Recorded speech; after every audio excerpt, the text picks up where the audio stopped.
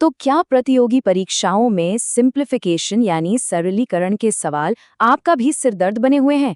अगर हाँ, तो आज ये सब बदलने वाला है। हम पिछले सालों के प्रश्न पत्रों यानी PYQs को डिकोड करके एक ऐसी अचूक प्लेबुक बनाने वाले हैं जो आपको इन सवालों को तूफानी रफ्तार और जीरो गलती के साथ हल करने में मदद करेगी।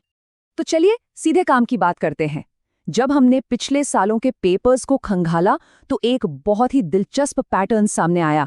आप यकीन नहीं करेंगे, लेकिन लगभग 85% सरलीकरण के सवाल सिर्फ 3 तरह के होते हैं: मिक्स्ड फ्रैक्शंस, ब्रैकेट्स वाले सवाल और इंटिजर्स।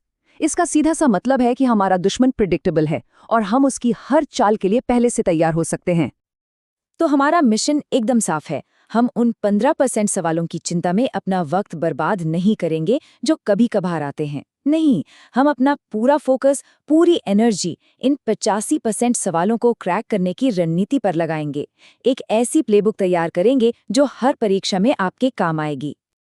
ठीक है, तो चलिए अपनी प्लेबुक का पहला पन्ना खोलते हैं।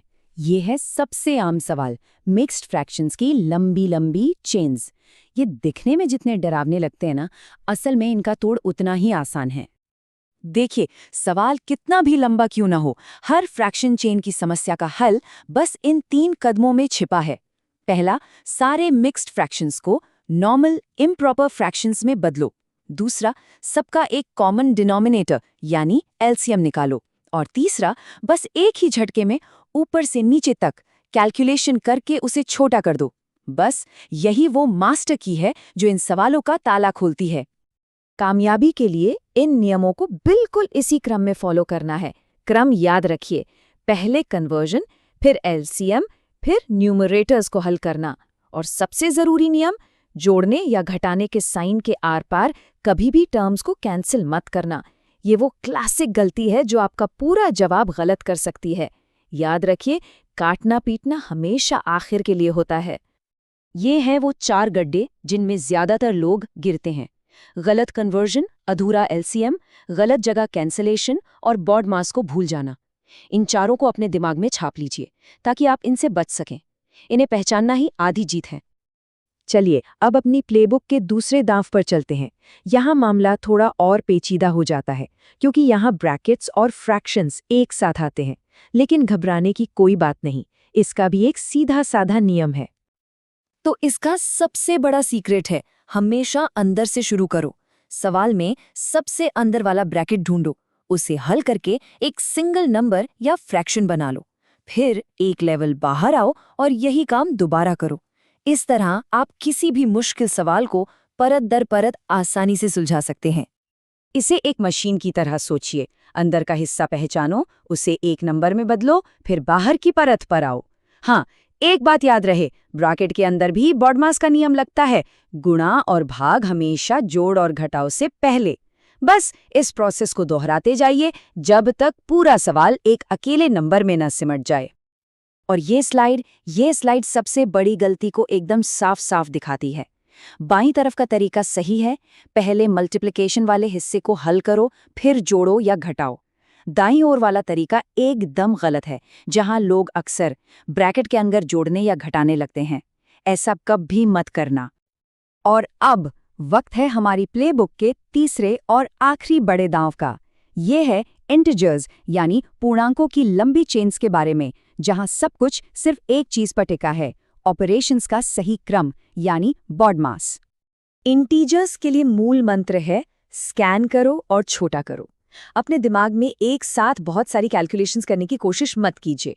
बस सवाल को लेफ्ट टू राइट स्कैन कीजिए, नियमों के हिसाब से चलिए और हर स्टेप पर सवाल को छोटा और छोटा करते जाइए। बॉडमास का मतलब है कि आप 2 राउंड में काम करते हैं। पहले राउंड में लेफ्ट टू राइट चलते हुए सिर्फ मल्टीप्लिकेशन और डिवीजन करो। दूसरे राउंड में फिर से लेफ्ट टू राइट चलते हुए सिर्फ एडिशन और सब्ट्रैक्शन करो। ये क्रम ही सब कुछ है। इस एक लाइन को गांठ बांध लीजिए। लोग अक्सर BOD/MM में D और M में कंफ्यूज हो जाते हैं। नियम सीधा है, गुणा और भाग की प्रायोरिटी बराबर है। जो भी लेफ्ट से पहले आएगा वो पहले हल होगा। सबसे ज्यादा गलतियां यहीं होती हैं। ठीक है, तो हमने 3 मुख्य दाव देख लिए हैं। अब इन सारी रणनीतियों को एक साथ बांधने का समय आ गया है। ये हैं वो 12 मास्टर रूल्स जो सिंप्लीफिकेशन की हर समस्या पर लागू होते हैं। ये हमारी पूरी प्लेबुक की नींव हैं। तो ये हैं हमारे पहले 6 मास्टर नियम। ये एकदम फंडामेंटल हैं। जैसे रूल नंबर 4, ब्रैकेट्स को हमेशा अंदर से बाहर की ओर हल करें, जैसे आप कोई प्याज छील रहे हो, परत दर परत। और रूल नंबर 6 को कभी मत भूलना, सवाल को शुरू में ही और मुश्किल मत बनाओ। सिंप्लिसिटी ही स्पीड की चाबी है। और ये रहे आखिरी 6 नियम जो एग्जीक्यूशन पर फोकस करते हैं। रूल 7 और 8 यानी लेफ्ट टू राइट का नियम, ये बॉडमास की आत्मा है। रूल 10 आपको साफ सुथरा काम करने में मदद करता है ताकि गलतियां ना हो।